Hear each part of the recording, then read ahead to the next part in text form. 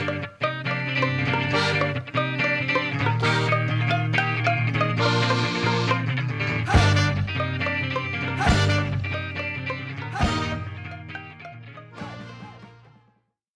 and welcome to Podcast.init, the podcast about Python and the people who make it great. When you're ready to launch your next app, you'll need somewhere to deploy it, so check out Linode. With private networking, shared block storage, node balancers, and a 200 gigabit network, all controlled by a brand new API, you've got everything you need to scale. Go to podcastinit.com/Linode to get a $20 credit and launch a new server in under a minute. Finding a bug in production is never a fun experience, especially when your users find it first. Airbrake error monitoring ensures that you will always be the first to know, so you can deploy a fix before anyone is impacted. With open source agents for Python 2 and 3, it's easy to get started, and the automatic aggregations, contextual information, and deployment tracking ensure that you don't waste time pinpointing what went wrong. Go to podcastinit.com/airbrake today to sign up and get your first 30 days free and 50% off 3 months of the startup plan. To get worry-free releases, download GoCD, the open-source continuous delivery server built by ThoughtWorks. You can use their pipeline modeling and value stream map to build, control, and monitor every step from commit to deployment in one place. And with their new Kubernetes integration, it's even easier to deploy and scale your build agents. Go to podcastinit.com/GoCD to learn more about their professional support services and enterprise add-ons. And visit the site at podcastinit.com to subscribe to the show, sign up for the newsletter, and read the show notes. Your host as usual is Tobias Macy, and today I'm interviewing Olivier Corradi about electricity map and using Python to analyze data of global power generation. And Olivier, could you start by introducing yourself? Yes, of course. Thank you for inviting me here. So I'm Olivier Corradi. I'm a French and Danish data scientist and machine learning expert. I'm basically born in data before it was actually called data science, but I've always enjoyed since little collecting data about my life and trying to make it very visual and try to extract knowledge based from it. And do you remember how you first got introduced to Python? It's tough to remember exactly, but I think it was when I was in high school and trying to build this home project that would download automatically videos from YouTube because I had very, very bad connection, and on the train I wanted to be able to look at those videos. And so what I did is like a cron job that would use Python to download those videos and store them locally, transfer them to my phone, and then I could be able to see them on my phone. And as I mentioned, we're talking about the work that you've done on the electricity map website and API and database. And I'm wondering if you can talk about your motivation for creating that project in the first place. Yes, of course. So approximately 2 years ago, it was April, I was wondering a little bit about the situation of climate change and what we could do about it. And I stumbled upon the fact that all of our energy basically comes from fossil fuels, which is very bad. It's 80% of it. And then realized if we are to live in a fully electric world where we don't use fossil fuels, it really matters how electricity is produced. And as still a lot of electricity is produced by fossil fuels, coal and gas, it's 2/3 approximately. I figured, well, we really need to get this knowledge out to people, make something very intuitive that shows in real time what is the wind turbines producing, are we able to turn off the coal and the gas power plants, and how do we actually make an energy system or an electricity system that produces electricity even when you don't have the wind blowing and the sun shining. And this is really the motivation behind the project. And for anybody who hasn't visited the site, if you go to it, you see a map of the world with various different political regions colored according to the overall carbon production been happening at a given point in time based on the electricity plants and how they're generating their power. And I'm wondering if you can describe how an average person who is visiting the site or using the APIs that power it can benefit from the information that you are making available through those means. Yes, in a very basic way, what we try to showcase is the so-called carbon intensity. And it has a weird unit. It's called grams of CO2 equivalent per kilowatt hour. But what it basically means is that it tells you how much greenhouse gas or CO2 is emitted for every unit of energy that you will consume. Let's say that, for example, you put your electric vehicle to charge. We want to give you a signal that tells you this is a good time or this is a bad time. And so the map basically is colored based on this metric that tells you, is now a good time to consume or is now a bad time to consume? And so it takes a lot of things into considerations in order to calculate this. It looks at how electricity is produced locally, but it also looks at how it is imported, where it's imported from, and how that country that is currently exporting power to you is generating its electricity. An example I often take is Denmark, which has a lot of wind power. On a day where it doesn't have a lot of wind power, it will import power from Germany or from Sweden or from Norway. And there's a significant difference if you import from Norway that has a lot of hydroelectricity, which is low carbon, compared to if you import from Germany on a day when there's no wind and no sun, where it will be mostly coal generated. So we really try to tell something very intuitive. We try to boil down a very complicated number to simply a color on the map. And I think this is why it caught people's interest. It's that it's succeeded in boiling down something quite complex to simply a color. And the color for the region on the map factors in those transfers. So, for instance, as you mentioned, if you're transferring energy in from a grid that's producing energy via a lot of fossil fuels, it will actually influence the way that the visual representation is displayed for the region that you happen to be in, regardless of how your local power generation is happening. Is that accurate?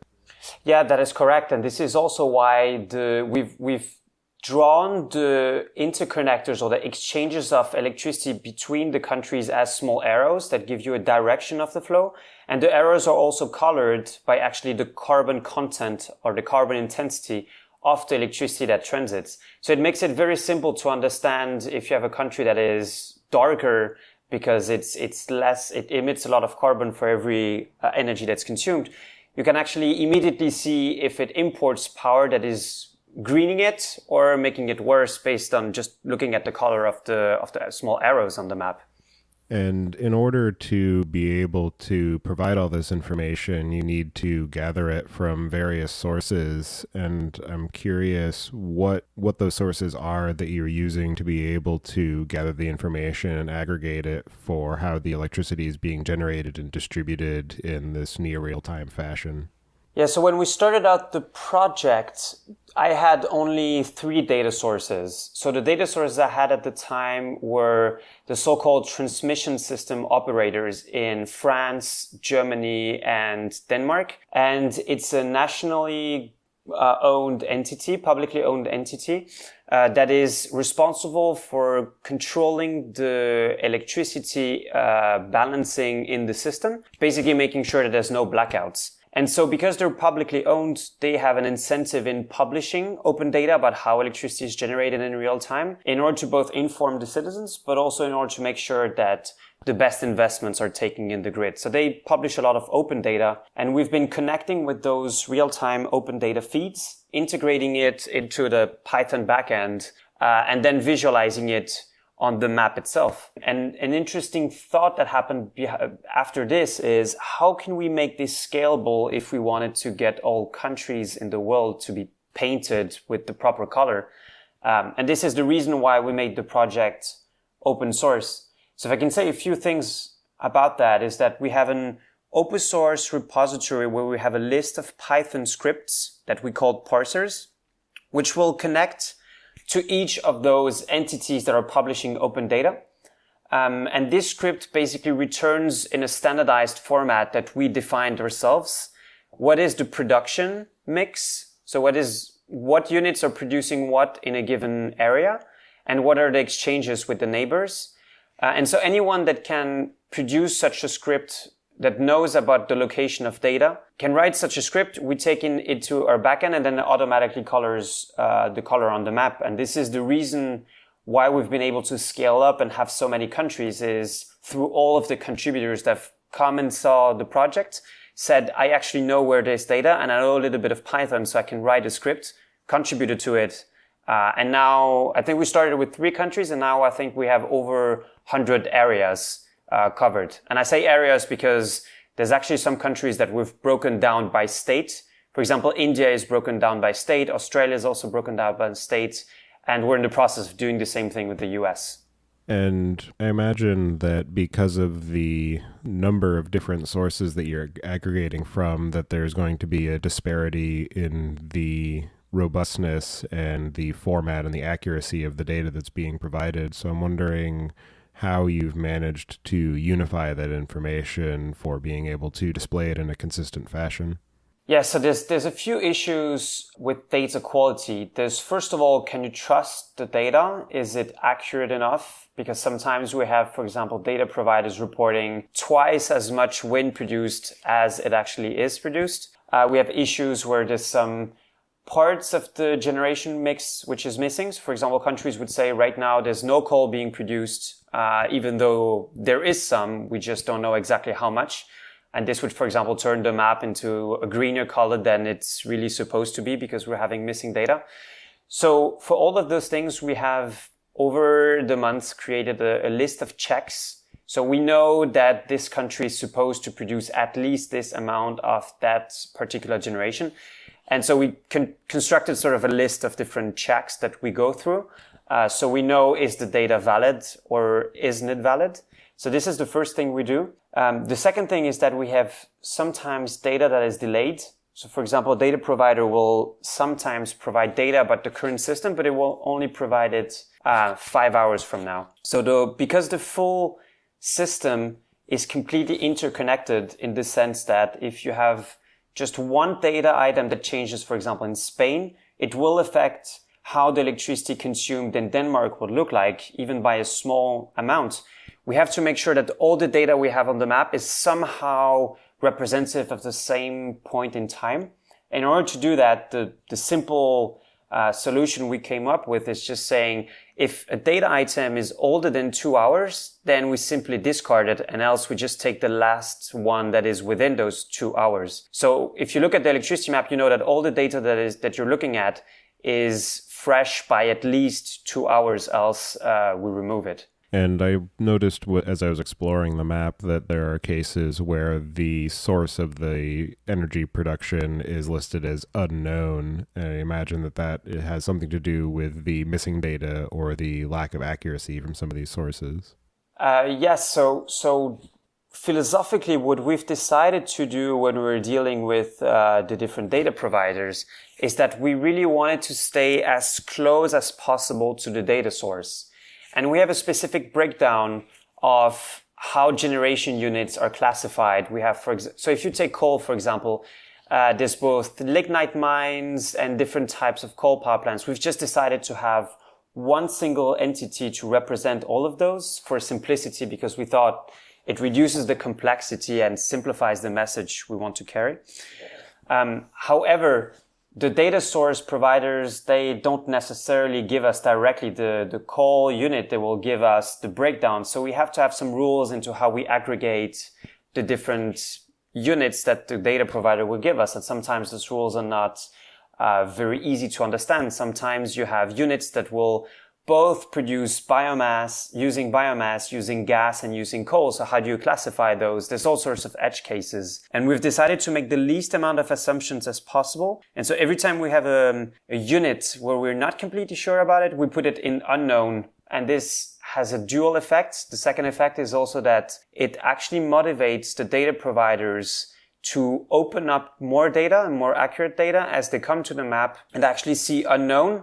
Or if visitors come to the map and see unknown, and then they will start talking to the data provider and say, why don't we have better data here? And this pushes up different data providers to open up more precise data.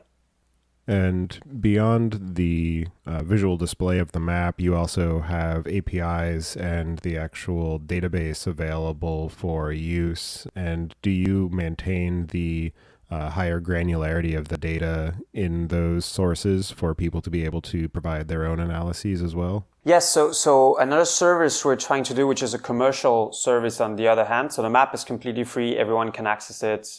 Part of it is open source. But we have a commercial service behind the scenes where we enable people to look at highly granular data that we compute based on everything that we have. So there's all sorts of very interesting AI that we can do on this data that we can talk about if you wish.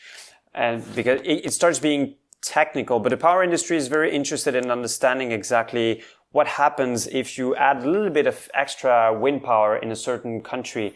Will that decarbonize it effectively?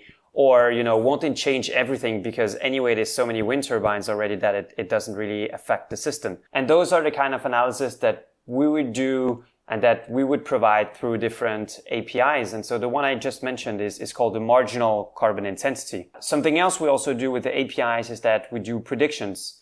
So we do predictions 24 hours in advance of how the whole electricity map would look like. And this is useful if you, for example, want to plan ahead and you want to use electricity at the right time. So let's say that you have an electric vehicle, you come home, you plug it in the evening, and then it has the whole night to charge. Well, the color on the map will change during the night depending on lots of various factors. For example, the wind can start blowing from 1 hour to the other.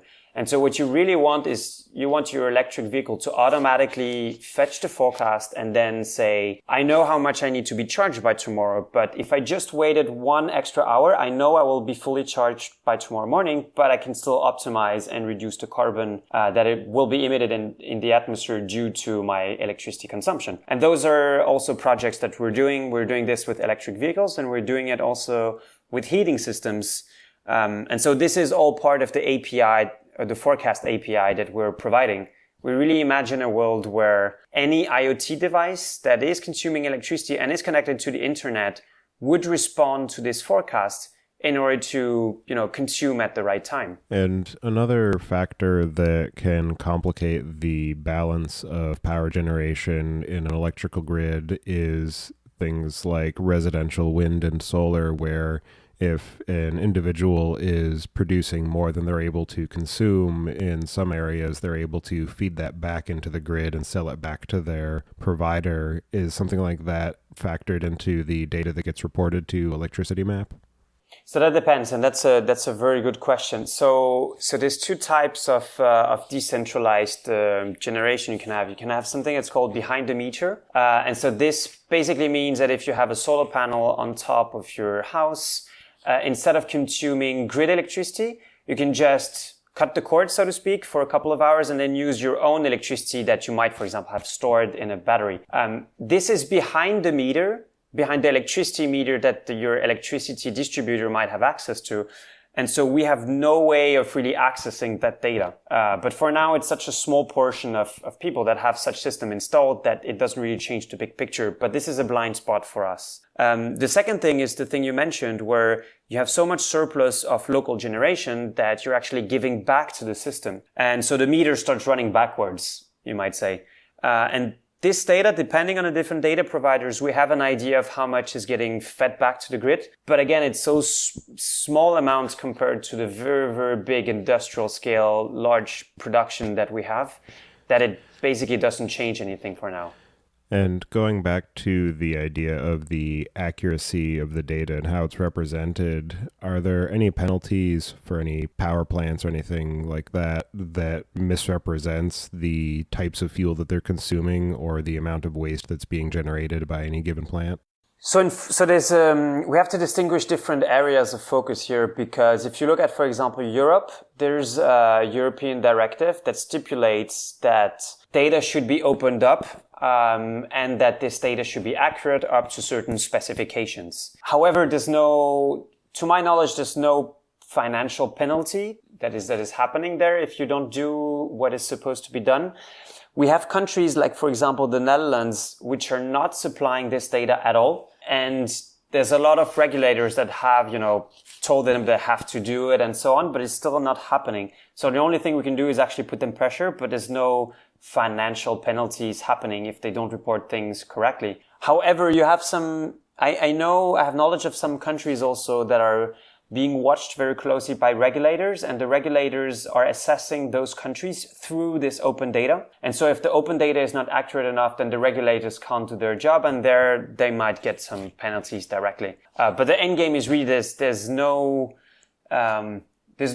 real painful penalty for not publishing the data. So it poses the problem of, can we actually trust the data that comes out of it? And because it's publicly owned entities that are publishing data, in principle, it's like you're trusting a public entity like the state. So in principle, the level of trust should be quite high, but we we know there's some discrepancies sometimes, and we try to factor them and be transparent about them. And in terms of the overall impact of the electricity generation on the carbon output of global society, do you have any sense of the percentage that is attributable to electric consumption and electric generation as opposed to other sources such as vehicle exhausts or any other forms of manufacturing?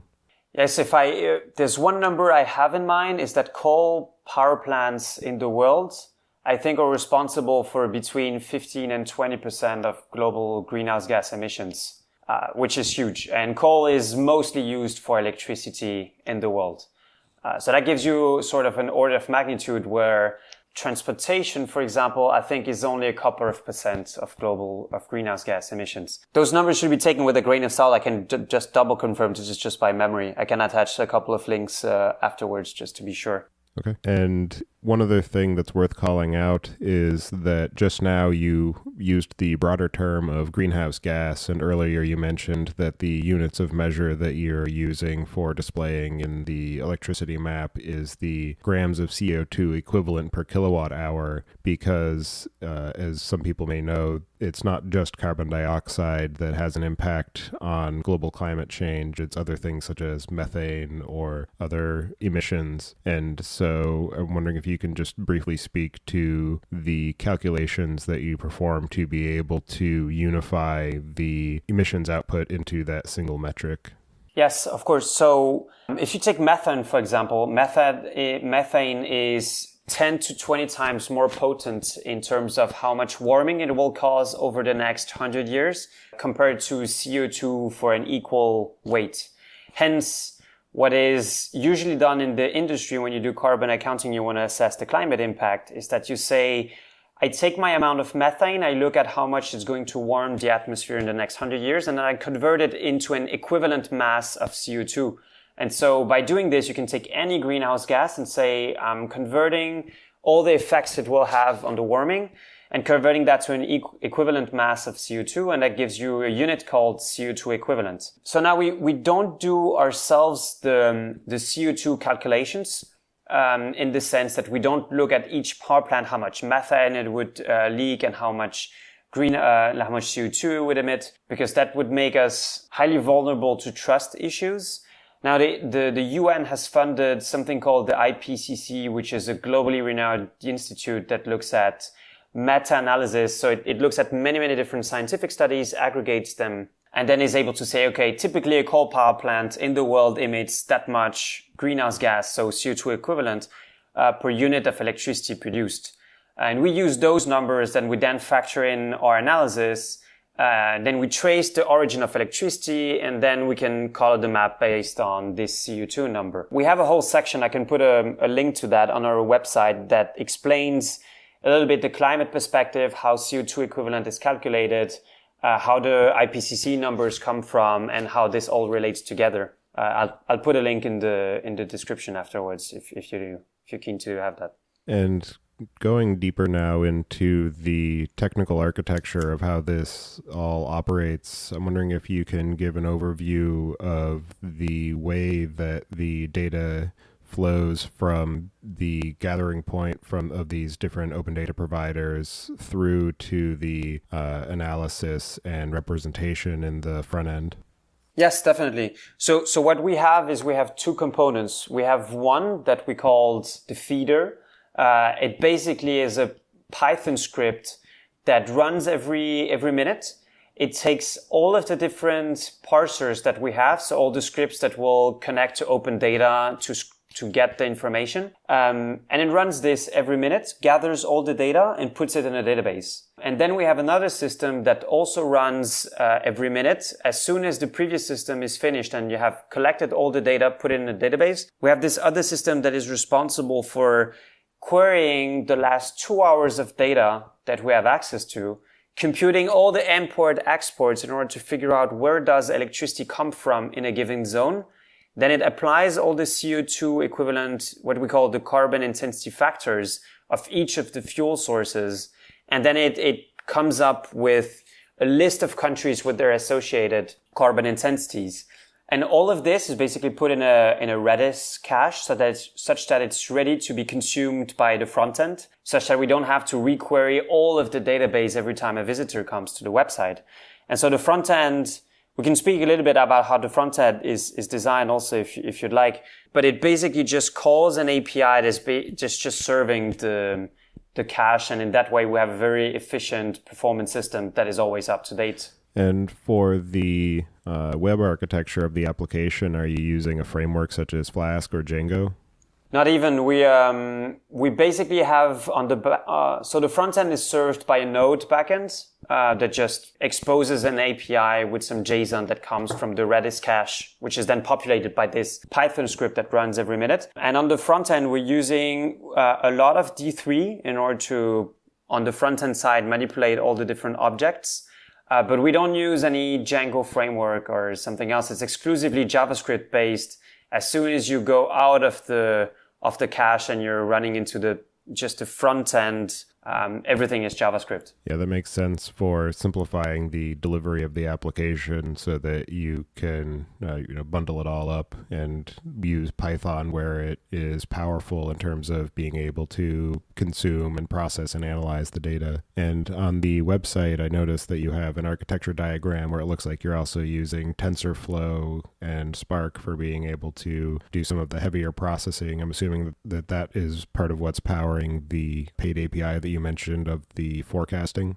Yes, that's correct. So we have to basically be able to stream all this data in real time and make sense of it in order to run our forecasting models on top of it. And because the forecasting models are basically spatiotemporal, so they will take into account data in the past. And if you want to forecast a specific country, you need to take into account how its neighboring countries are performing, how the imports, exports are happening. And so this creates a spatiotemporal dependency, a sort of spatiotemporal graph, if you will, in the past that we have to process in real time. And this is why we use stuff like TensorFlow and Spark, because it can start being heavy in terms of the amount of data that we're processing and the amount of calculations we're doing. And how has the overall system architecture evolved over the course of time that you've been working on the project? It's actually pretty funny because at the beginning, it just had to work in the fastest way possible with the simplest setup. So we simply had a MongoDB database that would store all of this data. And every time a visitor would come to the website, it would query that database. And so it was a pretty heavy calculation that would be done. And even the whole flow tracing, figuring out where electricity comes from based on all the imports and the export, all of this was coded in the front end directly. So this algorithm requires a small matrix inversion in order to figure out all the coupled flows. And it would have numerical libraries that would actually be in the front end, written in JavaScript just because it was faster to, debug it and iterate. And as time moved on and when this project got a bit of traction, at some point we were on the front page of Hacker News for 2 days. And you can imagine that if you have those 10,000 visitors per hour, the MongoDB backend was just, blowing up. And this is where we transformed the architecture and rewrote it during a couple of nights where we just had this caching system.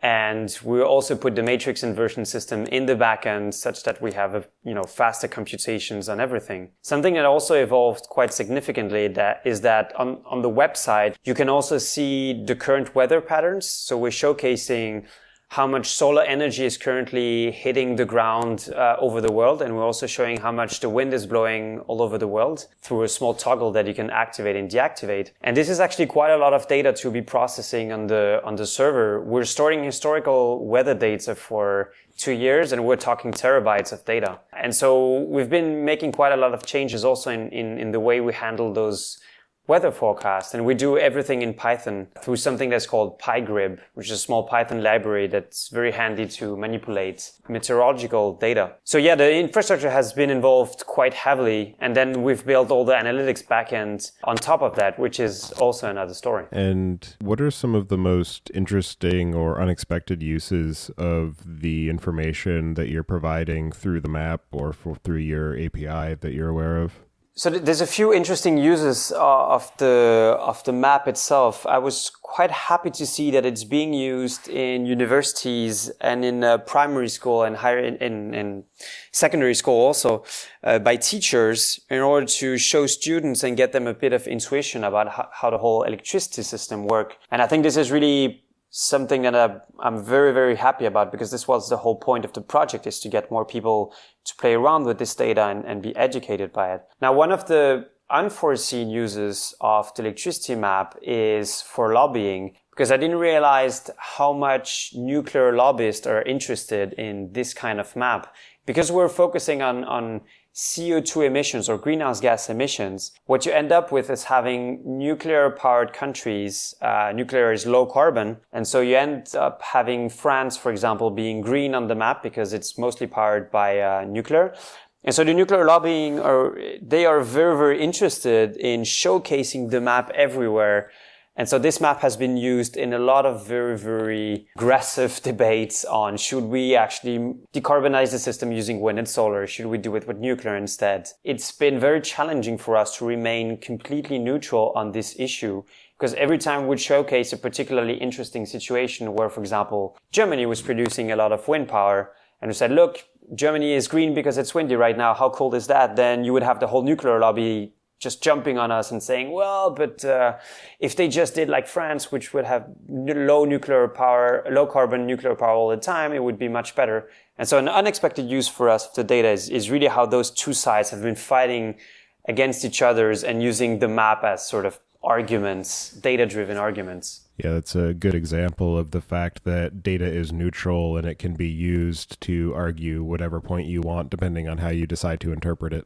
Exactly. And I think this is also the philosophy behind the company that we created based on this electricity map, because we believe that if you want to find scalable solutions to climate change, what you need is the whole society to have a more objective, data-driven view of what are the things that I do in my daily life that are impacting the climate? What is something that actually matters, and what is something that is completely useless because it's order of magnitude less than something else I would do. And this is where data comes to the rescue. And I strongly believe that data is the way forward to make better decisions. And so we really want to do more than just electricity if we could later on. And have you found any ways to measure the impact or effectiveness of the information that you're providing through the electricity map and the APIs? So I think there's two types of impact. We can look at it in terms of audience. How many people actually look at this, find it interesting, share it on social media and so on. And the metrics I have in mind is that now, even 2 years after, we'll still have approximately 3,000 unique users coming to the map every day to look at it, tweet about it, and so on. And we've never done any marketing. So it shows that there is some kind of interest and there is some kind of impact in the sense that teachers are using it in university and so on. If you think about quantitatively measuring the, amount of greenhouse gas we would be able to reduce using such a tool, it starts being a bit more complicated. But for example, with the projects we're doing with electric vehicles, we measured that if an electric vehicle is using our system, our API, in order to charge at the right time during the night, you can save approximately 20% greenhouse gas emissions every night based on a fully electric vehicle charge. So it starts becoming interesting if you multiply those initiatives to, the heating in your home, if it's electric, and you start going to industrial scale, like for example, supermarkets, they have a lot of cooling electricity they use. They could also use it at the right time. So I think we're going to have bigger and easily quantifiable impact in the future, but right now it's still a bit early to say. And at a broader scale, the ways that this information can be used is potentially in terms of building a newer or more intelligent grid for determining how the electricity is distributed within the grid based on how it's being produced at any given point in time. So I don't know if you've put any thought into how that can take place or working with any of the power companies for being able to incorporate the information that you're providing. Yeah, so we work a lot with the different energy and electricity distribution companies in various countries in order to do exactly that. So there's sort of two timescales that are relevant here. You can look at the short timescale where we're talking hours to days. The electricity system is fixed. There's not so much stuff that you can change. So the only thing you can do as a consumer or as a company is that you can decide when to use electricity at the right time. This is really the only thing you can do, because you cannot control electrons. You cannot say, please go to that company instead of the other one. So that you cannot do. And then if you look at timescales that are a bit longer, for example, months to years, then it starts becoming interesting, because thanks to the data that we have, we can start saying, should you invest in putting a wind turbine in this country, or should you invest in augmenting the exchange capacity between two countries such that the flow of electricity can be bigger between both of them, because it will decarbonize much more efficiently the one that's importing, for example. And those are the kind of arbitrages we're able to do thanks to all the data, and we're working very closely with different electricity companies in order to do exactly that. But it raises a more fundamental question, which is, how do you actually measure where electricity comes from, and how do you measure the benefits of taking different decisions? And there's many different answers to that. Unfortunately, we're looking at something very physical. We're saying if you're connected to a system, then you inherit all the electrons that come to you, and you cannot choose exactly where they come from. You cannot choose to, for example, consume directly from the wind turbine that's on the other side of the country. But however, you see more and more of those 100% renewable contracts that are happening in electricity suppliers, or you see mobility providers like electric vehicles that would tell you, well, this is 100% green electricity because we signed a contract with someone that enables us to tell that we're 100% green. Unfortunately, the problem with those things is that it's not physical. So you even have a discrepancy in how to actually agree on where electricity comes from. And this is also a place where we're trying to do some lobbying, trying to educate people on what are the different ways of accounting and what is the way that is the most efficient to decarbonize the whole system the fastest possible. And we definitely believe it's taking a physical approach that will make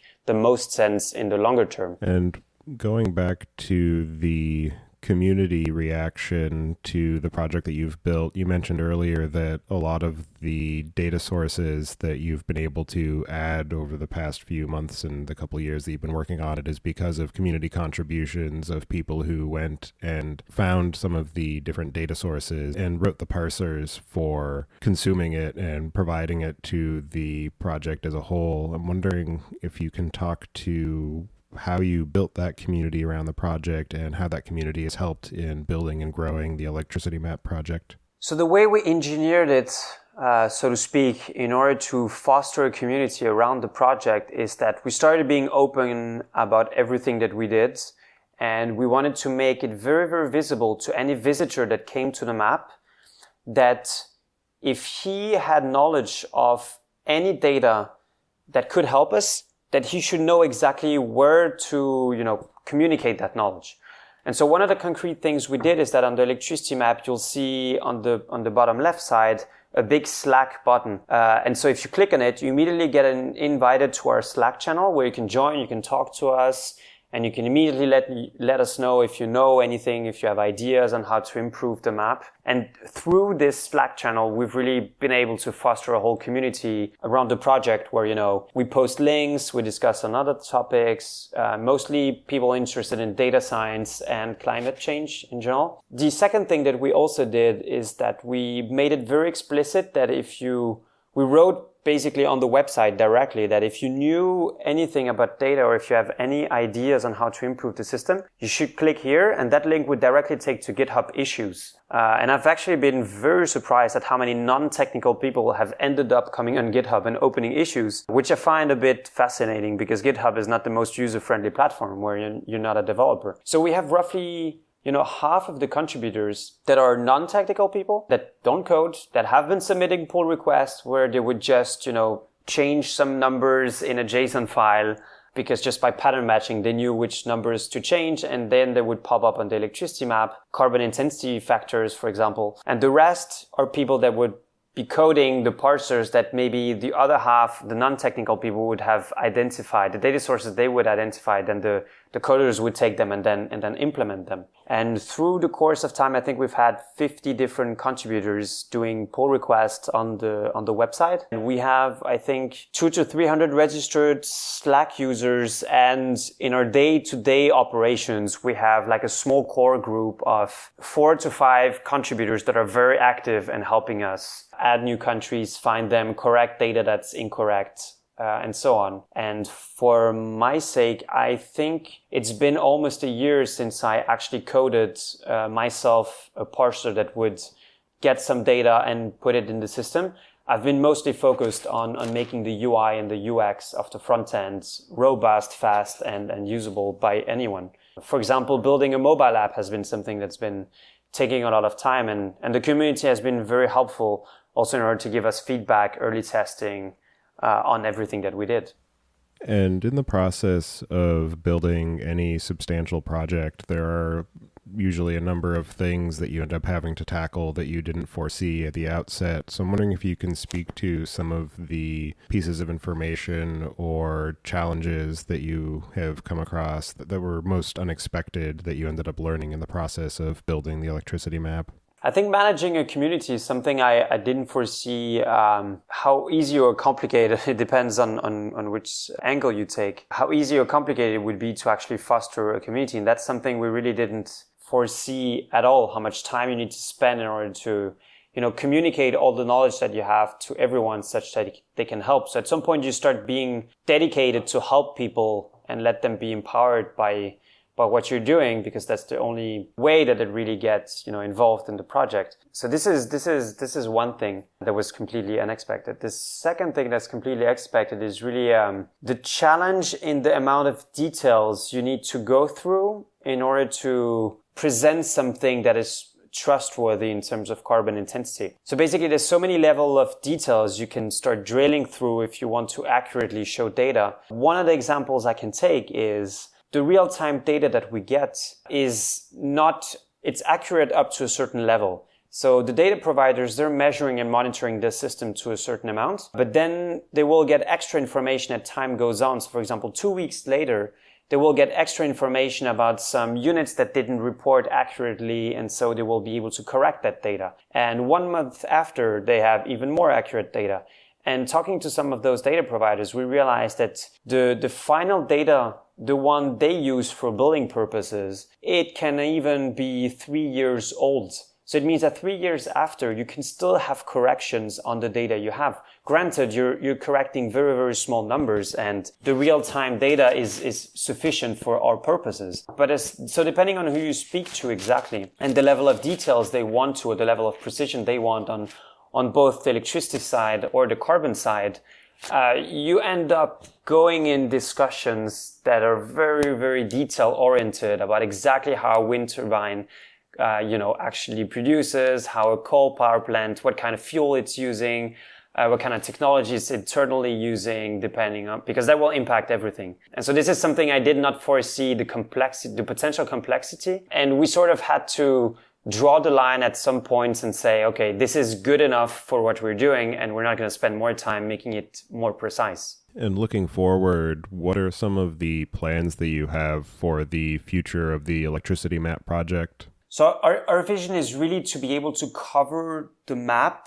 the world fully. So think a bit about a Google Maps of electricity. We want to be able to be as close to real time as possible and have the highest spatial granularity as possible. In principle, we should be able to tell you exactly in your city how clean is the electricity that you're consuming. So this is really the vision that we have and the end goal for electricity map. The thing we have in store, we are really trying to focus on getting a bigger impact, making sure that our APIs are used everywhere, that basically the whole world of electricity consuming devices starts consuming at the right time. We are experimenting also with more regulatory projects, figuring out how can we actually certify electricity better.